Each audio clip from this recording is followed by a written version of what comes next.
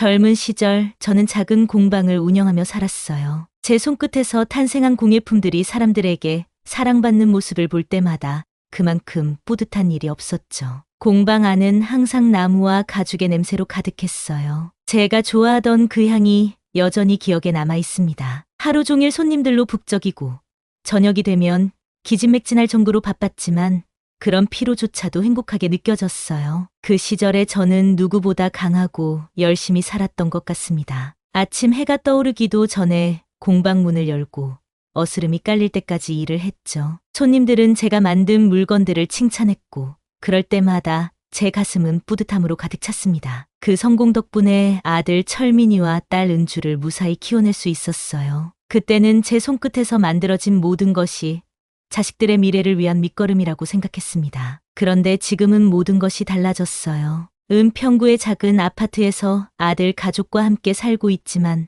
정작 가족들의 관심은 멀어져만 가고 있습니다. 철민이는 회사 일로 늘 바빠서 얼굴 보기조차 힘들고 며느리 지혜는 저와 대화하는 것보다는 밖에서 시간을 보내는 일이 더 많아요. 가끔씩 손주들이 집에 오긴 하지만 예전처럼 저에게 달려오지도 않아요. 저를 점점 멀리하는 듯한 그들의 모습이 왜 이렇게 쓸쓸하게 느껴지는지 모르겠어요. 아침에 일어나 창밖을 바라보는 시간이 점점 늘어납니다. 비가 오면 빗소리가 제 마음을 위로해 주는 것 같고 맑은 날에는 그저 무기력하게 느껴져요. 제 인생이 이렇게 고요하게 흘러가고 있다는 사실이 씁쓸하기만 합니다. 예전의 활기찬 생활은 어디로 가고 왜 이렇게 혼자만의 시간이 늘어나고 있는 건지 점점 더 외로움을 느끼게 됩니다. 얼마 전 오랜만에 딸 은주에게서 전화가 왔어요. 은주는 지방에서 살고 있어서 자주 보지는 못하지만 가끔씩 연락을 주고받곤 했죠. 그런데 그날은 무언가 달랐어요. 평소처럼 밝은 목소리가 아니었고 불안함이 느껴졌습니다.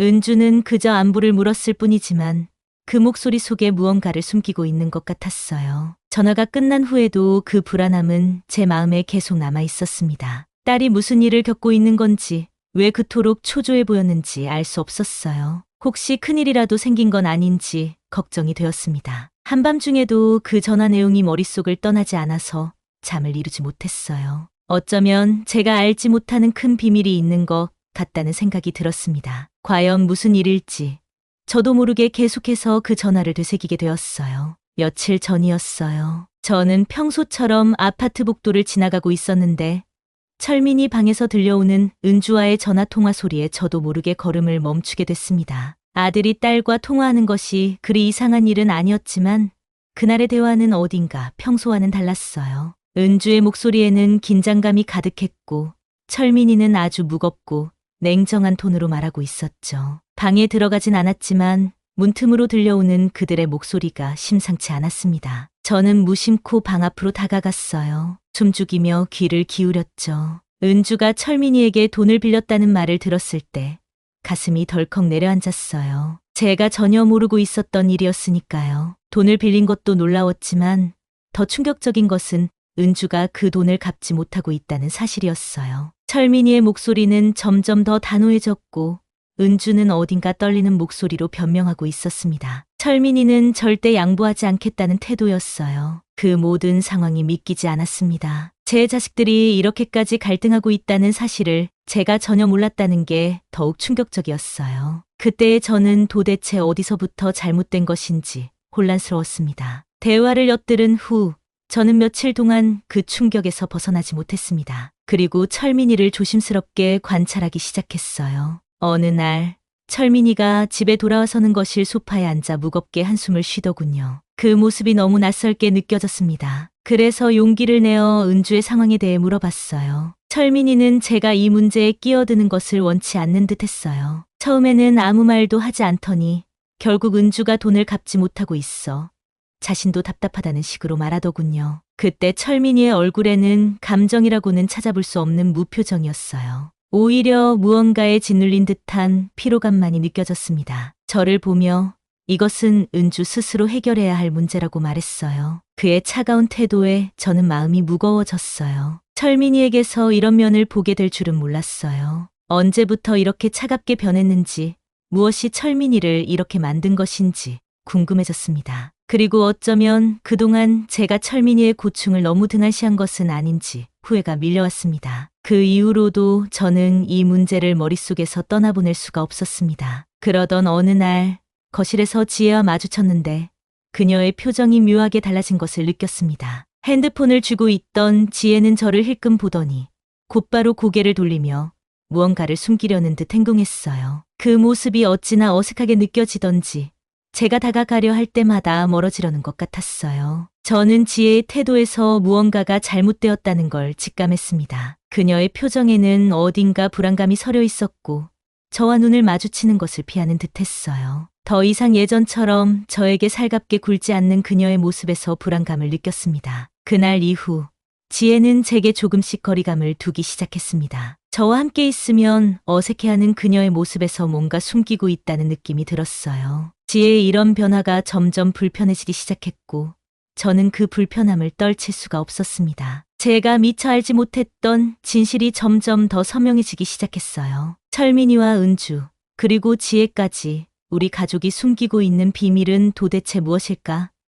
저는 그 의문을 떨쳐내지 못하고 있었어요. 매일 밤 잠들기 전 이 모든 상황이 머릿속을 떠나지 않았습니다. 뭔가 중요한 것을 놓치고 있는 것만 같았어요. 며칠 동안 마음이 너무 무거워서 견딜 수가 없었어요. 은주의 문제를 어떻게 해결해야 할지 혼자서 끙끙 앓고 있던 어느 날, 결국 저는 딸에게 전화를 걸기로 결심했습니다. 은주는 처음엔 아무 일도 없다는 듯이 말했지만 제가 이미 상황을 알고 있다는 걸 눈치채고 나서야 결국 모든 걸 털어놓았습니다. 은주는 사업이 망하면서 큰 빚을 지게 되었고 그 빚을 갚기 위해 철민이에게 돈을 빌렸다고 하더군요. 하지만 상황이 더 악화되었고 이제는 갚을 방법조차 없다는 말을 들었을 때 마음이 무너져 내렸습니다. 은주는 자신이 이렇게 된 것이 너무 부끄러워서 저에게 말할 용기가 없었다고 했습니다. 딸의 눈에서 눈물이 흐르는 소리가 전화기 너머로도 느껴졌어요. 그동안 딸이 얼마나 힘들었을지 상상도 되지 않았습니다. 저는 은주의 말을 들으면서 마음이 아팠습니다. 은주가 이런 고통을 혼자 감당하고 있었다니 엄마로서 저는 너무 무력하게 느껴졌어요. 은주는 저를 걱정시키고 싶지 않아서 이 모든 걸 혼자서 감당하려 했던 거였죠. 그러나 그 순간 저는 혼자서 해결할 수 없다는 걸 깨닫고 가족이 함께 나서야 한다고 결심했습니다. 다음 날 저는 철민이를 불러 거실에서 대화를 나눴습니다. 철민이는 이미 피곤한 얼굴로 들어와 소파에 앉아 있었어요. 저는 은주의 이야기를 꺼내며 우리가 가족으로서 은주를 도와야 한다고 말했습니다. 하지만 철민이는 제가 예상했던 것보다 훨씬 냉담하게 반응했습니다. 철민이는 은주가 이 모든 상황을 자초한 것이라며 그에 대해 동정심을 가질 이유가 없다고 했습니다. 그의 목소리에는 분명히 피로와 짜증이 섞여 있었어요. 저는 철민이에게 은주가 얼마나 절박한 상황에 놓여 있는지 다시 한번 설명했지만 철민이는 듣지 않으려 했습니다. 오히려 은주가 자립해야 한다고 주장했어요. 그의 차가운 태도에 저는 속이 상했습니다. 철민이가 이렇게 냉정한 사람인 줄은 몰랐어요. 가족 간의 유대가 이렇게까지 깨져버린 건가 싶어 가슴이 아팠습니다. 그날 저녁 지혜도 대화에 끼어들었습니다. 지혜는 은주를 도와주는 것이 무모한 일이라며 철민이에게 더 이상 이 문제에 관여하지 말라고 했습니다. 지혜의 말투는 전보다 훨씬 강경해졌고 은주에 대한 반감이 드러나 보였어요. 그녀는 철민이의 냉정한 태도를 옹호하며 은주가 스스로 이 문제를 해결해야 한다고 주장했죠. 오히려 상황이 더 악화되기 전에 최대한 빌려준 돈을 돌려받아야 한다고 말했어요. 그녀의 태도는 저를 더욱 불안하게 만들었습니다. 지혜가 이렇게까지 은주를 돕는 것을 반대하는 이유가 무엇인지 도무지 이해할 수가 없었어요. 오히려 지혜가 우리 가족을 망치려고 하는 건 아닐까 하는 생각마저 들었습니다. 저를 설득하려는 지혜의 모습이 어딘가 불편하게 느껴졌고 그 순간 그녀가 숨기고 있는 무언가가 있다는 확신이 들었습니다. 하지만 저는 당장의 상황을 해결해야 했기에 그 의심을 마음속 깊이 묻어두기로 했습니다. 결국 저는 제 결정을 내렸습니다. 아들 철민이와 며느리 지혜가 아무리 반대해도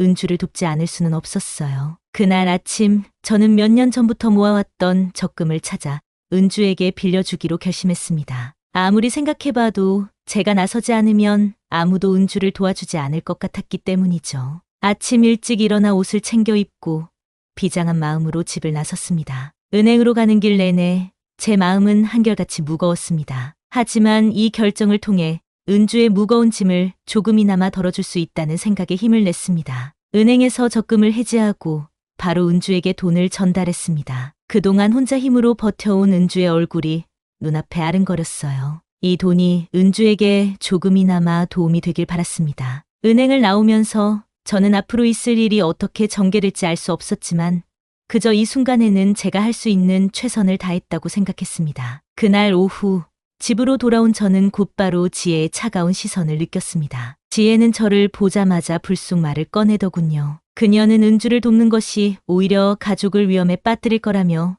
제가 잘못된 결정을 내렸다고 몰아세웠습니다. 그 순간 저는 지혜가 무언가를 꾸미고 있다는 확신이 들었습니다. 그녀는 제가 집을 비운 사이에 뭔가를 했다는 느낌이 강하게 들었어요. 지혜가 은주를 돕지 말라고 그렇게 강하게 주장한 이유가 이제야 분명해졌습니다. 그녀는 철민이와 저 사이를 멀어지게 하려는 음모를 꾸미고 있었던 것입니다. 그녀가 전화를 걸어 누군가와 소근소근 이야기하는 모습을 몰래 지켜보면서 저는 점점 더 그 확신을 굳히게 되었습니다. 지혜는 분명히 제 행동을 지켜보며 이를 이용해 무언가를 계획하고 있었어요. 저는 절대 그 음모에 넘어가지 않겠다고 다짐했습니다. 아무리 그녀가 저를 몰아세우더라도 은주를 돕는 것만큼은 포기하지 않겠다고 결심했습니다. 그런데 며느리의 설득 때문이었을까요?